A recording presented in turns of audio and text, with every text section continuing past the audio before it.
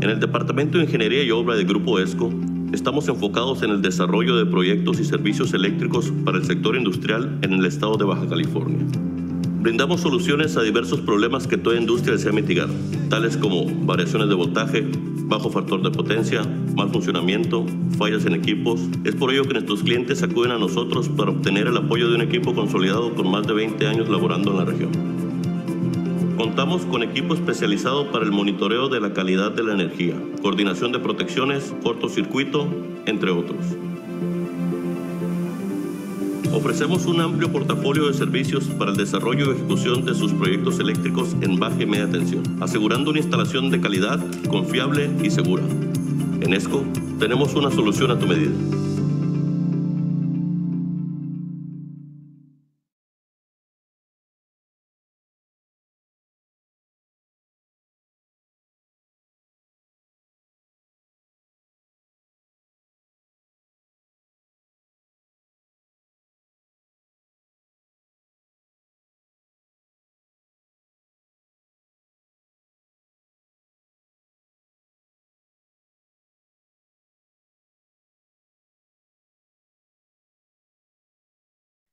Muy buenas tardes a todos, sean bienvenidos a este webinar de Código de Red. Les pido por favor de su atención, las preguntas enviarlas a través del chat y el día de hoy nuestro expositor que nos acompaña es un ingeniero egresado de la Facultad de Ingeniería de la Universidad Autónoma de Baja California. Cuenta con más de 10 años de experiencia en el ramo. Actualmente se desempeña como gerente del Departamento de Ingeniería y Obra del Grupo ESCO. Bienvenido. Buenas tardes, Paula, a todos los presentes. Muchas gracias por acompañarnos el día de hoy. El tema del día de hoy es el Código de Red versión 2.0. Bueno, sin más preámbulo, vamos a dar lugar a lo que es el Código de Red. Solo mencionar que existe una versión 1.0, el cual salió publicado en el Diario Oficial en abril de 2016. Este primer código de red, por así llamarlo, tenía 3 años para que lo estuviéramos cumpliendo. En 2019 ya deberemos haber cumplido con los lineamientos del código de red 1.0. Y de ahí, este año, 2022, se dio publicado primero el 31 de diciembre de 2021, entrando en vigor el 1 de enero. ¿Me ayudas con la lámina, por favor, Paula?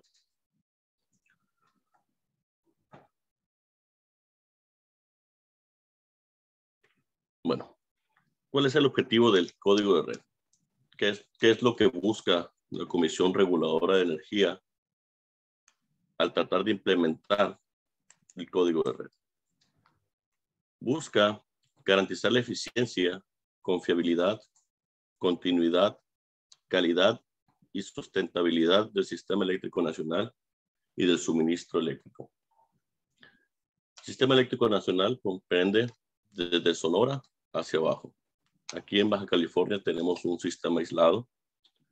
Sin embargo, también tenemos que cumplir con estos lineamientos para poder garantizar lo antes mencionado. Excelente.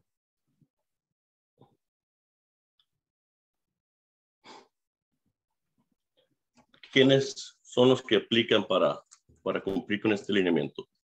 Todos los centros de carga que estén conectados al sistema eléctrico nacional, o en nuestro caso aquí en Baja California, todos los centros de carga que estemos conectados al sistema noroeste. Continúa vigente el código de red 1.0. Versión 2.0 no quiere decir que lo anterior pase a la historia. Tenemos que estarlo cumpliendo. Si por ahí tenemos un rezago, es necesario ponerse al día. La diferencia, tal vez, en esta versión del 2.0 son principalmente para los centros de carga conectados a media tensión con una carga contratada de 1 mega o hacia arriba. Esas son las mayores diferencias que pudiéramos estar encontrando con respecto a la versión 1.0. Adelante.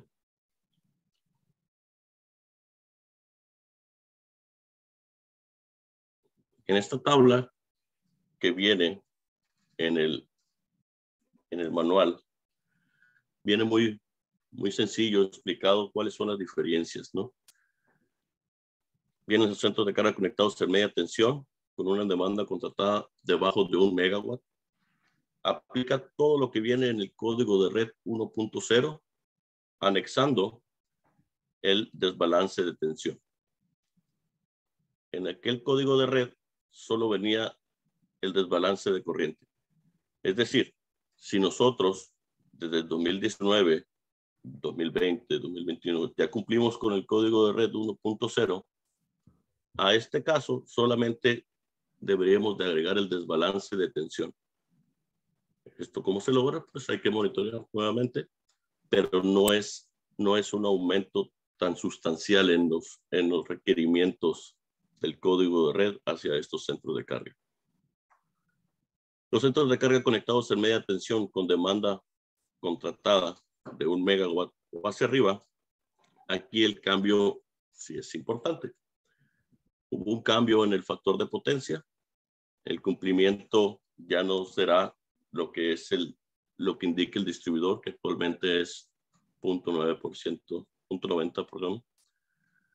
Y aquí vienen otros términos. Hay que llegar a 0.95 en el 2026, 0.97. Y cuando lleguemos al tema lo veremos más a detalle. Y en la cuestión de calidad de la potencia, también los requerimientos son mayores. Prácticamente hay que aplicar todo lo que viene en calidad de la potencia, que sí hay ciertos cambios con respecto al 1.0 y el 2.0.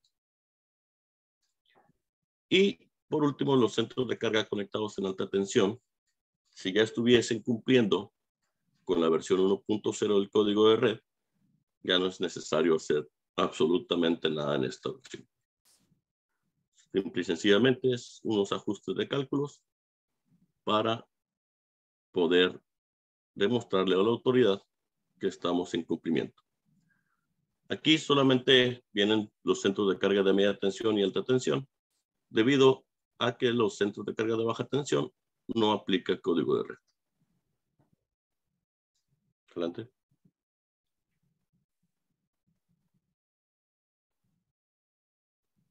Muy bien. Viendo un poco del aspecto técnico de los del primer requerimiento, es cumplir con la tensión. Esto es en estado operativo normal. Si nosotros tenemos un centro de carga conectado en 34.500 volts, la tensión máxima y la tensión mínima que debe de soportar está dado por esta tabla. ¿Qué quiere decir esto? Que en estos centros de carga los elementos en el punto de conexión deben de soportar estos valores. Adelante.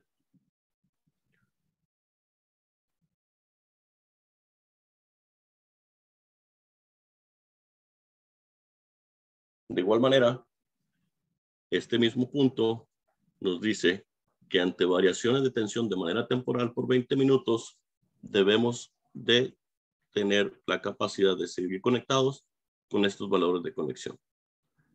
Esto aplica mayormente a los centros de carga que tienen relevadores de protección en el punto de conexión.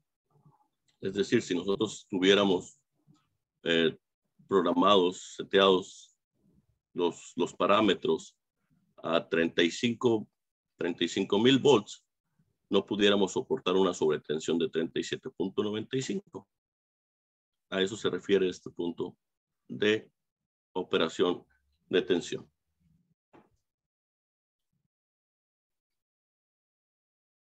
Adelante. La frecuencia es muy similar al caso anterior de tensión. debemos de tener nuestros relevadores a la frecuencia máxima y frecuencia mínima de operación para que se encuentren conectados ante cualquier variación del sistema. Aquí hay un punto extra que dice que hay que tener cuidado al momento del monitoreo. Se debe de monitorear la entrada y la salida de los motores grandes de los centros de carga a fin de cuentas de garantizar a la autoridad de que no existe una distorsión de este parámetro hacia la red. Adelante.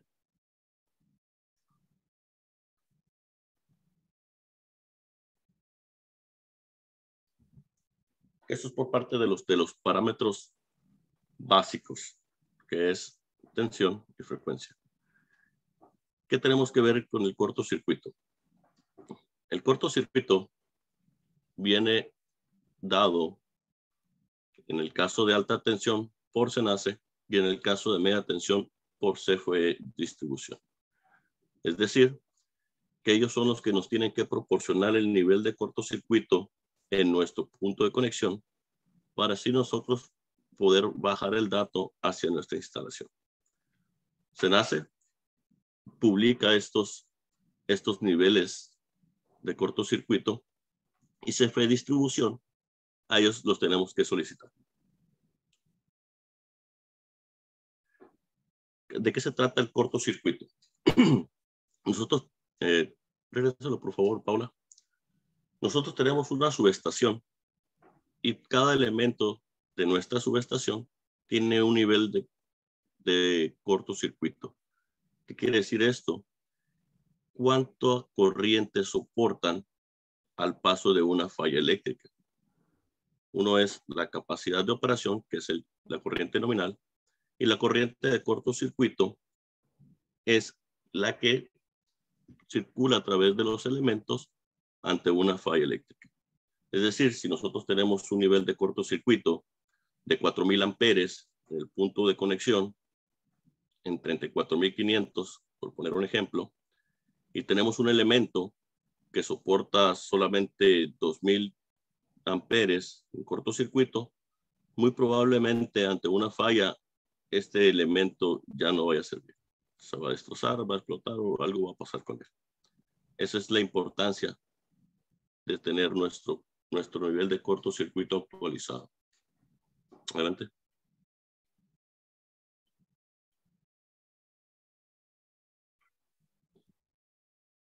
Ok.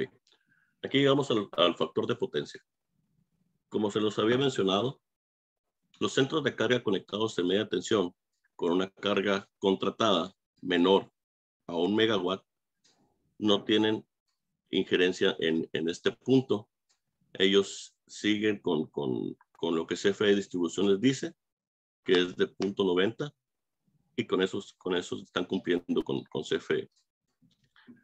En dado caso que no estén cumpliendo, obviamente CFE les hace penalizaciones, y si cumplen y le ayudan con el factor de potencia CFE, pues tienen bonificaciones.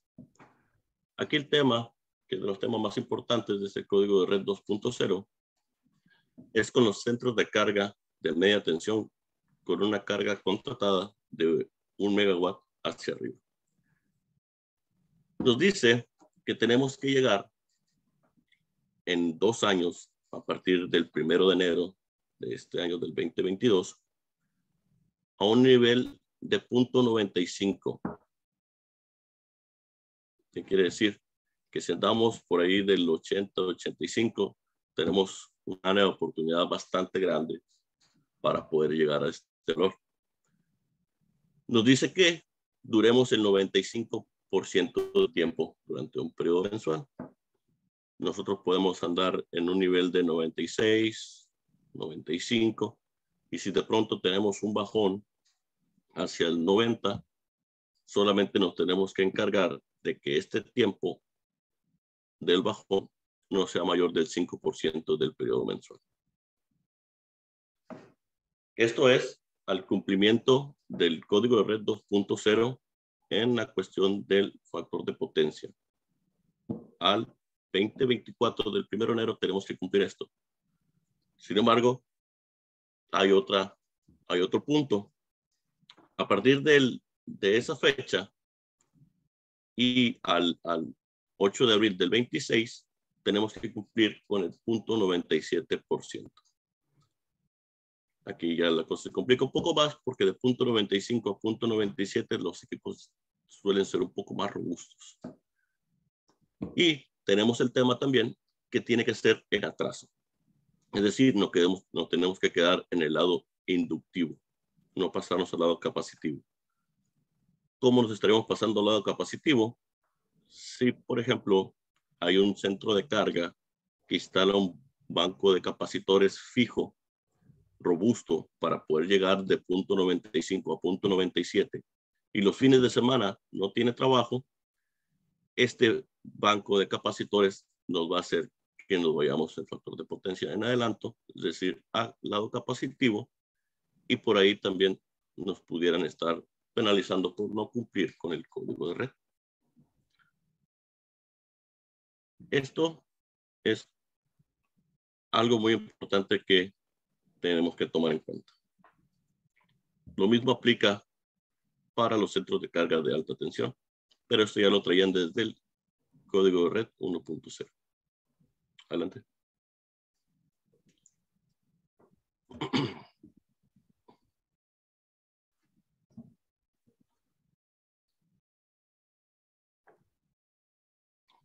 Coordinación de protecciones. En este punto va aunado de la mano del cortocircuito. ¿Qué dice código de red? Ok, quiero que me ayudes con la confiabilidad del sistema. Quiero que me ayudes con que estés conectado a un sistema. Quiero que me ayudes a poder separar una falla.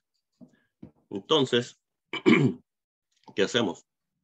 Regularmente los centros de carga de media tensión, dependientemente de la carga contratada, llegan un desconectador, un fusible de potencia o un fusible de listón, un bus, transformadores y el interruptor principal.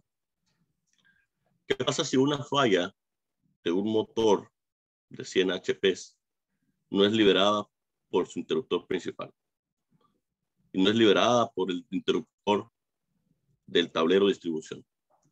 Y más allá, brincamos del transformador, nos brincamos su fusible y llegamos hasta el fusible principal donde están agarrados todos los fusibles. Este es un paro de toda la planta. Esto es pérdida de dinero, esto es pérdida de tiempo. Es tanto indeseable para el centro de carga como para el sistema eléctrico nacional. ¿Por qué? Porque puede ser una carga muy grande y esto genera desbalances en la generación. Entonces, ¿qué nos dice el código de red? Cumple con la coordinación de protecciones. Es decir, desde el fusible principal, ve bajando tus curvas de protección para que cuando tengas alguna falla en algún motor, en algún centro de carga pequeño, que se seccione inmediatamente y no vaya y repercuta en las cargas grandes.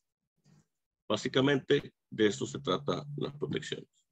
Y esto lo tiene que cumplir todo el centro de carga que esté conectado al sistema eléctrico nacional.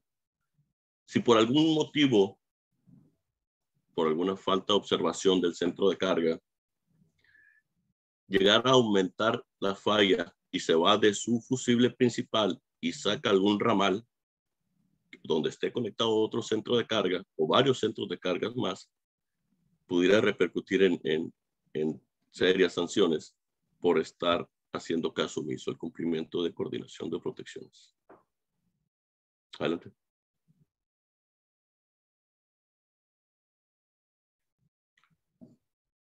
Control. Este punto, el SENACE establece las características para el registro de recursos de demanda controlable, a los cuales la mayoría de los centros de carga no están inscritos. Este detalle ya es más manejable entre SENACE y el centro de carga que esté bajo este registro. A grandes rasgos, en este punto el SENACE se se coordina con el centro de carga, donde el centro de carga declara ser un recurso de demanda controlable, y a distancia, cuando no exista la generación suficiente, SENACE puede estar soltando esas cargas, es decir, desconectándolas para poder darle la energía necesaria al sistema. Nosotros prácticamente no tenemos ningún centro de carga registrado en este recurso de demanda controlable. Adelante.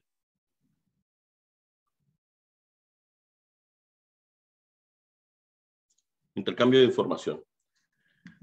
El intercambio de información no es nada más que el monitoreo remoto por parte del SENACE o de CFE de distribución, según sea el voltaje al cual nos encontramos conectados, si es alta tensión o media tensión respectivamente, para monitorearnos acerca del consumo y de la calidad de potencias que estamos entregando al sistema.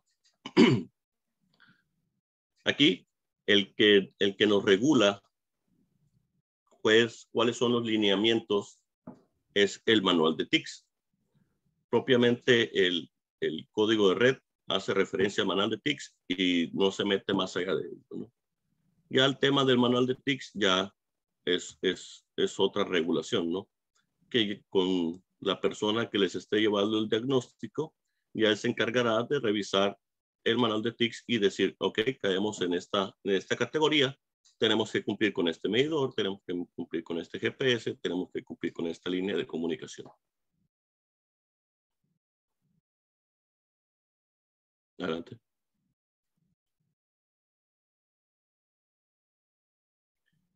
Y por último, calidad de la potencia. Esto es donde mucha gente se está centrando en el cumplimiento del código de red, que si bien es una parte importante, no es lo único, como ya lo miramos, ¿no? El cortocircuito y coordinación de protecciones es algo fundamental. Comunicación, a su vez, lo es fundamental para SENACE y distribución. Y esta parte, que es el ruido que tratamos, bueno, que el código de red trata de evitar que ingrese a la red, es lo que está haciendo ahorita el boom, ¿no? Como ya lo vimos al inicio, los centros de carga conectados a media tensión con una demanda contratada menor a 1 megawatt aplica solo el desbalance de tensión y el desbalance de corriente. El desbalance de corriente ya lo traíamos desde el 1.0, que solo hay que agregar el desbalance de tensión, que si bien es algo leve, por así decirlo, se tiene que volver a monitorear, o se tiene que monitorear si es la primera vez que lo realizarán, para diagnosticar el nivel de cumplimiento.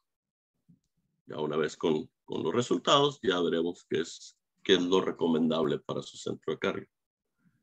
Para los centros de carga de media tensión, con una demanda contratada de 1 megawatt o superior, y los centros de carga de alta tensión, cumple todo lo que es calidad de potencia. Aquí, en este punto, cabe señalar que tenemos del periodo de gracia de los 2 años de cumplimiento. Como es algo que se está agregando al código de red 1.0, tenemos este periodo para poder cumplir. ¿Le cambias, por favor, Paula?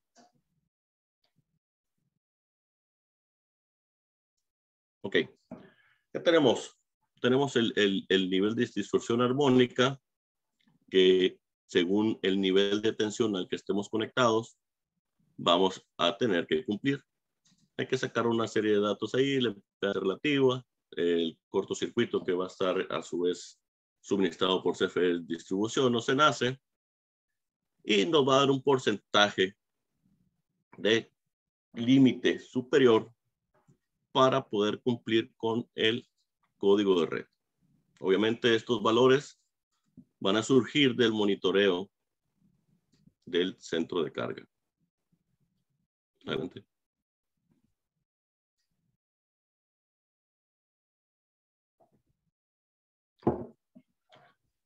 Parpadeo flicker. Aquí tenemos un tema que es de interés, tanto para media tensión como alta tensión. Para media tensión, porque es nuevo para ellos. Entonces, es algo que muy probablemente en el código de red 1.0 no se monitoreó. Entonces, hay que incluirlo en los parámetros a monitorear en la nueva serie de monitoreos. Para la alta tensión, hay un cambio. Anteriormente, el PLT era igual o menor a 0.6. Aquí, el nuevo código de red se hizo un poco más flexible y lo subió a 0.8. Adelante.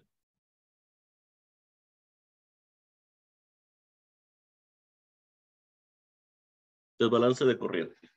Este es un tema tal vez muy sencillo.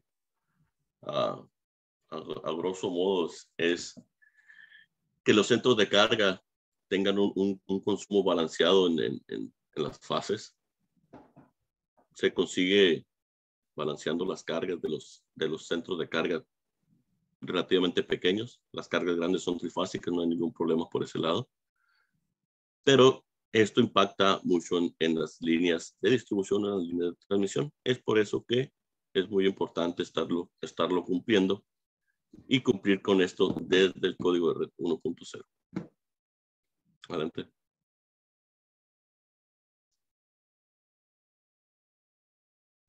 Los modelos de simulación, este es un punto que es una petición de SENACE y el centro de carga tiene que cumplirlos una vez que se lo piden. ¿Qué es un modelo de simulación? Es simular las cargas en un diagrama unifilar con la potencia que requerirán en cierto punto de la producción para que el SENACE visualice cuál es la exigencia del sistema de sus plantas generadoras. Adelante, Paula.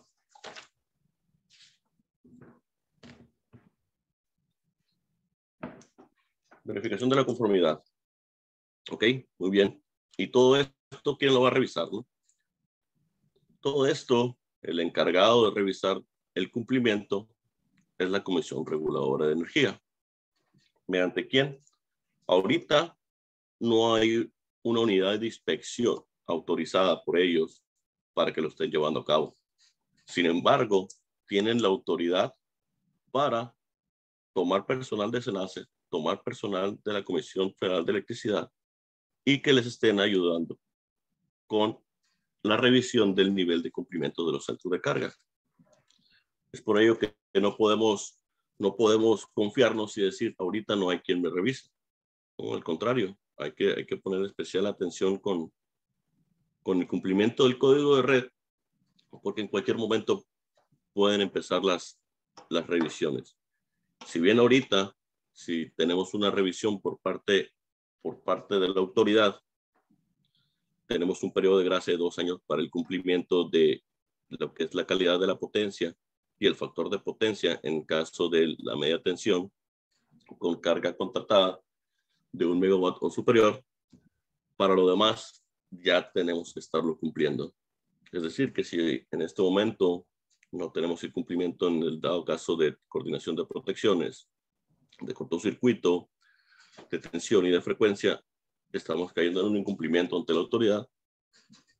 Y las multas, no sé si las traemos por aquí, Paula, no me las he aprendido. Sí, son importantes, ¿no? Son muy importantes. Aquí están las sanciones asociadas al incumplimiento.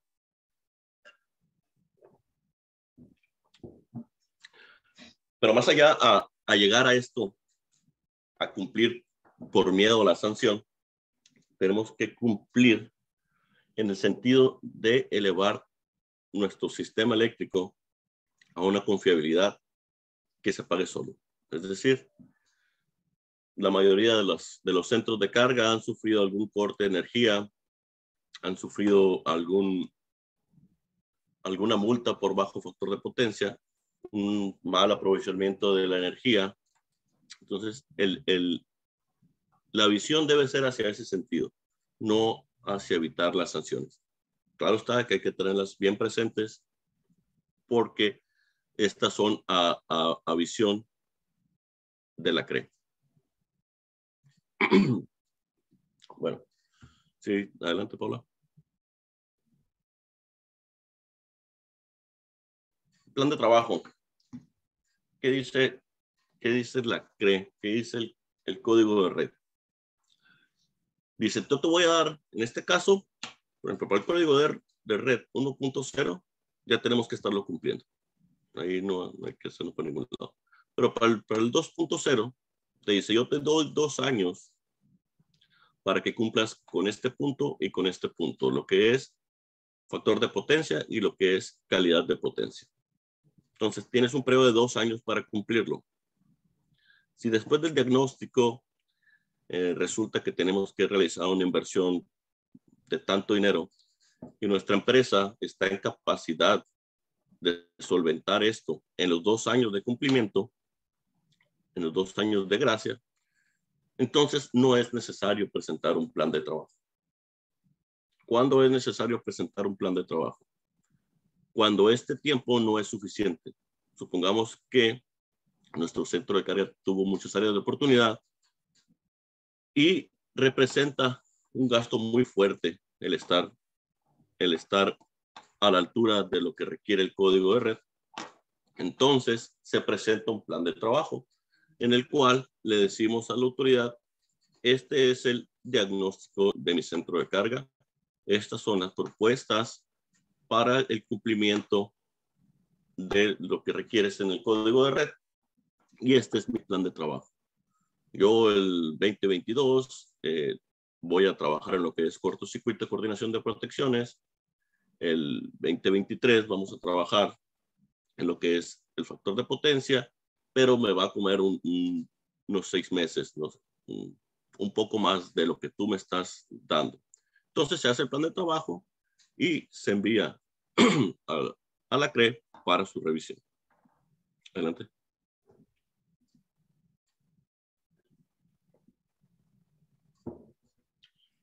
El tema de las sanciones ya lo miramos.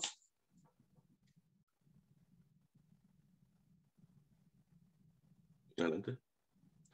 Bueno, esto es algo que no traemos en la presentación. A grandes rasgos, eso es el código de red 2.0. Ya podríamos revisar con cada uno de los presentes, si así lo requiere, las particularidades de su centro de carga y así ayudarles con algo que les sirva para el diagnóstico del cumplimiento del código de red.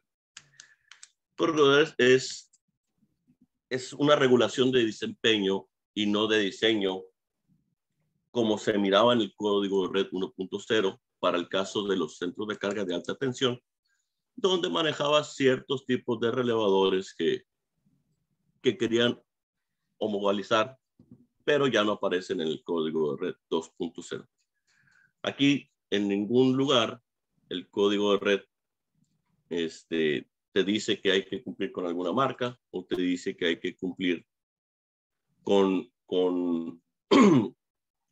algún modelo. Sin embargo, te dice 2 valores a los cuales sí debemos de apegarnos. Por mi parte es todo. Vamos a dar lugar a la etapa de preguntas y respuestas.